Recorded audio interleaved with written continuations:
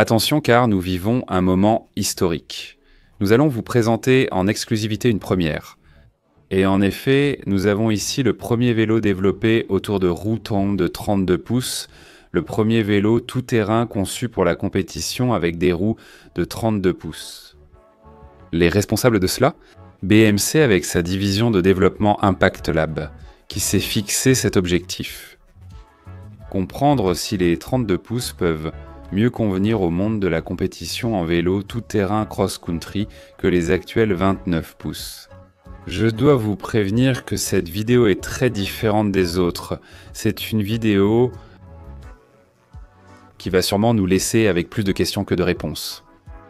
Même les ingénieurs eux-mêmes derrière ce projet, avec qui j'ai eu le plaisir d'échanger. Eux-mêmes m'ont dit qu'en ce moment, ils ont plus de questions que de réponses. Et que cette machine, justement, doit être le début pour commencer à recueillir des informations afin de résoudre ces doutes. La première chose que je dois vous dire, faisons un petit avertissement ici, c'est que ceci, et c'est vraiment le tout premier prototype. N'attendez pas dans quelques mois, ni même dans un an, un nouveau vélo, une nouvelle Ford Stroke ou une nouvelle BMC tout suspendu pour le cross-country. L'actuelle, celle de 29 pouces, est la version en cours et elle va rester sur le marché pendant longtemps. Ce n'est pas quelque chose qui va arriver tout de suite. En fait, c'est quelque chose que nous présentons aujourd'hui. C'est vraiment très rare dans l'industrie, parce qu'on ne présente généralement pas, ou on ne laisse pas voir, des prototypes ou des vélos déjà terminés avant qu'ils ne soient très proches de la phase de vente. C'est essentiellement parce que les marques essaient de ne pas dévaluer le modèle actuel. Parce que si bientôt si tu lances quelque chose sur le marché, eh bien cette situation peut se produire, non ? Ici, la situation est très différente. BMC est une marque qui est gouvernée ou guidée beaucoup plus par l'ingénierie que par le marketing. Les ingénieurs ont beaucoup de liberté pour développer et tester des choses. En fait, ils sont toujours à l'avant-garde dans tous les domaines. En aérodynamique, avec les vélos de triathlon, sur route, avec la légèreté. Dans le monde du vélo tout-terrain. Nous l'avons vu d'innombrables fois. Avec le système de suspension Active Pivot System à double biellette, avec l'autodrop, qui est vraiment la seule marque à le proposer. Une tige de selle télescopique qui s'abaisse automatiquement en appuyant sur le bouton, sans avoir à exercer de pression. C'est une marque que l'on reconnaît, BMC précisément pour innover et toujours être en avance. Et ici, ils veulent taper du poing sur la table et dire « Messieurs, nous sommes déjà en train d'essayer de comprendre ». Quel peut être le comportement d'un vélo de 32 pouces sur un circuit de Coupe du Monde de vélo tout-terrain ? Parce que l'idée, c'est que ce vélo soit testé sur le circuit d'Andorre, où nous sommes justement ici pour la Coupe du Monde. Un autre avertissement que je dois vous donner, c'est que ce projet est complètement séparé de l'équipe de compétition. Ce ne sont pas les coureurs qui l'ont demandé. C'est quelque chose qui vient de l'intérieur de la marque de vélo BMC et comme je vous le dis, c'est complètement séparé. Nous n'allons pas nous focaliser sur les composants. Désolé pour autant de mises en garde, mais je vous dis déjà que c'est une vidéo très différente et je dois vraiment bien mesurer mes mots et ce que je dis. Nous n'allons pas nous concentrer sur les composants et tout ça parce que dans cette course vers les 32 pouces, il y a en réalité très peu de marques de composants qui ont déjà adapté certains de leurs matériaux. En fait, nous allons justement analyser un peu plus loin certaines adaptations que les ingénieurs ont dû faire pour vraiment rendre un cadre viable avec ces roues aussi grandes de 32 pouces. Mais comme je vous le dis, le message qu'on veut transmettre ici, c'est surtout l'innovation, c'est surtout de dire « laissons nos ingénieurs, qui sont des cracks chez MC, faire leur travail », qu'ils jouent, qu'ils innovent et qu'ils soient les premiers dans cette possible course au monde des 32 pouces, alors qu'aujourd'hui, personne ne sait si ce type de vélo sera plus rapide que les actuels. Et ça, le fait qu'ils soient les plus rapides. Si finalement il s'avère que c'est le cas, ce serait ce qui justifierait tout ce développement et tout ce changement vers ces 32 pouces, d'accord ? Bon, on va analyser un peu ce qu'on a ici, parce que je dois vous parler de ce que je vois. En réalité, il n'y a pas de données. Il ne m'a encore rien transmis au niveau des géométries, rien au niveau des parcours, des suspensions, rien au niveau des cinématiques. tout en est encore à un stade très précoce, qu'il joue encore avec beaucoup de paramètres, et ce dont je peux vous parler, c'est de ce que nous avons ici devant nous. Comme vous pouvez le voir, c'est à 100% un prototype très appréciable parce qu'on voit des parties du cadre en carbone. Précisément, il y a des parties en carbone qui sont très reconnaissables, comme le triangle ou une grande partie du triangle arrière. Comme vous pouvez le voir, c'est exactement le même que celui de l'actuel four-stroke, avec en plus le système Active Pivot System, qui utilise une double biellette. Il y a d'autres parties du cadre qui nécessitaient peut-être une adaptation plus spécifique, et elles sont fabriquées en aluminium, usinées commande numérique par ordinateur. Pourquoi ? Eh bien, tout simplement parce qu'au moment où ils développent avec un prototype, ce dont ils ont besoin, c'est d'avoir un maximum d'agilité. Au moment où il faut changer la taille d'une pièce ou modifier la forme de l'une des pièces ou quoi que ce soit d'autre, il est beaucoup plus rapide de fabriquer une pièce en commande numérique par ordinateur. Il est courant que les premiers prototypes soient entièrement en aluminium. Une fois certaines étapes validées, on passe au carbone. Voici un point intermédiaire.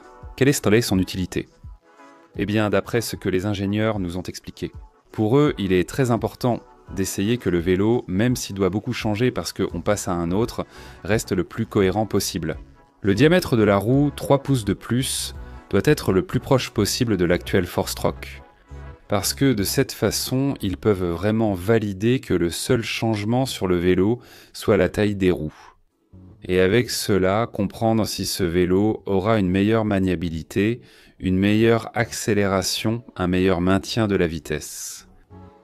Sur le plat, un meilleur passage au-dessus des obstacles était nécessaire. Conserver le même système d'amortissement était donc indispensable pour eux. Et certaines zones aussi similaires que possible. À la four-stroke actuelle, même l'autodrop, que nous avons aussi ici, comme vous pouvez le constater. Que se passe-t-il ? Eh bien, évidemment, on part de la base de l'actuel four-stroke. Mais il y a certaines parties où il faut adapter le vélo. On peut voir comment ils ont allongé les pattes à la fin, l'axe arrière d'une 29 pouces finirait par ici. Ils ont probablement déjà dû allonger les pattes jusqu'ici avec ce commande numérique par ordinateur en aluminium pour accueillir ces 39 pouces. Si on regarde la fourche, c'est une fourche standard, 100% de celle qu'on peut trouver maintenant pour 29 pouces. Ils ont aussi cherché à allonger ce segment ici avec un usinage pour essayer de faire de la place à la roue avant. En fait, c'est vraiment très intéressant. Si vous regardez bien, le raccord de l'amortisseur est très différent. Tout ce qui concerne l'ancrage de l'amortisseur, Même ici, on peut apprécier une potence super négative travaillée aussi avec cet aluminium. Eh bien, l'une des choses qu'il faut vérifier avec ce nouveau type de roue, c'est le débattement des suspensions. Parce que si on s'en souvient bien, ça c'est quelque chose que je dis moi-même, ce ne sont pas les ingénieurs qui me l'ont dit. Mais si on se souvient du passage de 26 à 29, eh bien au début on disait que comme la roue était plus grande, il n'était peut-être pas nécessaire d'avoir autant de débattement de suspension. Avec le temps, les 29 sont arrivés, offrant de 110 à 120 mm de débattement. Maintenant, à cette première étape, du 29 au 32 pouces, ils doivent en mesurer si le vélo va mieux se comporter avec 100 mm de débattement, 110 ou 120. On ne sait pas. Je pose ces questions et on ne sait toujours pas me répondre. C'est avec ce prototype d'unité qu'ils vont débuter la collecte de données. Pour comprendre tout cela, que puis-je vous dire de plus ? On peut peut-être apprécier certains des compromis que les ingénieurs de cette marque vont devoir affronter pour adapter les modèles de cette marque. Et de toutes celles qu'ils pourront étudier dans ce domaine des 32 pouces, on peut observer certains compromis. Le premier d'entre eux concerne le tableau, c'est l'impression que ça donne. On ne m'a pas non plus précisé la taille exacte de ce vélo, ou quelle taille serait l'équivalent sur un vrai 29 pouces pour ce vélo, mais ça devrait être quelque chose comme entre un M et un L à peu près. Et la première chose qu'on remarque, c'est que le cadre donne l'impression d'être comprimé et que si tu veux garder le sloping, eh bien tout semble vraiment très compact. J'insiste, ce n'est pas un produit final. Ils pensent seulement à valider, à recueillir des données pour voir s'il était possible de valider le projet ou non. Ne cherchez donc pas des choses comme « il n'y a pas de place pour un porte-bouteille, il n'y en aura qu'un ». Cela viendra bien plus tard dans le processus. Nous ne sommes pas habitués à avoir des processus de développement de vélo à un stade aussi embryonnaire. D'accord, pouvez-vous préciser toutes vos questions spécifiques sur le vélo? Vous n'avez pas de réponse pour l'instant? Ce n'est pas que je ne les ai pas, vous non plus, même les ingénieurs ne les ont pas encore, d'accord? Donc ne vous prenez pas la tête avec ça. Et le deuxième engagement qui donne l'impression que nous allons avoir... Ce sont principalement les ingénieurs qui devront se battre, pas vraiment nous.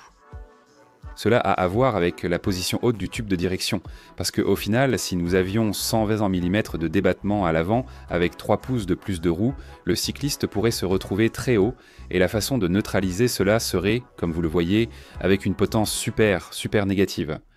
Cependant, cela peut aussi entraîner d'autres comportements dans les zones de descente, par exemple. Trop tôt pour en parler, mais ce sont au moins 2 compromis que je vois, qui peuvent se produire ici. Comme je vous l'ai dit dans la vidéo où je parlais des vélos de 32 pouces et où je disais que j'espérais qu'ils finiraient par arriver sur les circuits. Dans la Coupe du Monde, dans 1 an ou 2, comme vous pouvez le voir, les choses vont beaucoup plus vite que ce que nous attendions tous. La question ici, c'est que même si nous pouvons anticiper certains inconvénients, comme je l'ai déjà mentionné, logistique, de capacité de stockage des vélos, de transport des vélos, etc., etc. La prémisse sera toujours la même si cela est mis sur le circuit de la Coupe du Monde. Et est-ce plus rapide que ce qui existe actuellement, ou les évolutions successives de ces prototypes finiront-elles par être plus rapides que les actuels? Cela finira par s'imposer parce qu'au final, nous voulons tous aller plus vite, surtout ceux qui jouent l'arc-en-ciel, les Coupes du Monde et tout ça. Et dans une marque qui est entièrement axée sur la performance comme BMC, je pense que c'est cet argument qui pèsera le plus. Où placer le bidon pour les autres adaptations? Quelle était la course? Tout ça, je suis convaincu qu'ils le trouveront au bon endroit. Pour chacune de ces choses. Mais le plus important à valider, c'est de savoir si cette machine de 32 pouces est plus rapide que l'actuelle. Et pour cela, ils ont créé cette unité. Je ne peux pas vous en dire beaucoup plus, je n'ai pas plus d'informations. Il sera fascinant de voir l'évolution de ce processus. Et pour le moment, la seule chose que je peux dire, c'est que BMC a frappé un grand coup, montrant qu'ils sont déjà sur le coup. Voyons comment le sujet évolue. Partagez votre opinion sur la question en commentaire, s'il vous plaît. Comme je vous le dis, ne vous prenez pas trop la tête avec les questions qui sont restées sans réponse. Moi aussi j'en ai, mais je suis très intéressé de connaître votre avis. Après avoir vu en proportion ce premier vélo tout-terrain de compétition, créé autour de 32 pouces. N'oubliez pas d'appuyer sur le bouton s'abonner pour rester informé des prochains événements et partagez la vidéo avec vos amis cyclistes. Soyez heureux, ciao.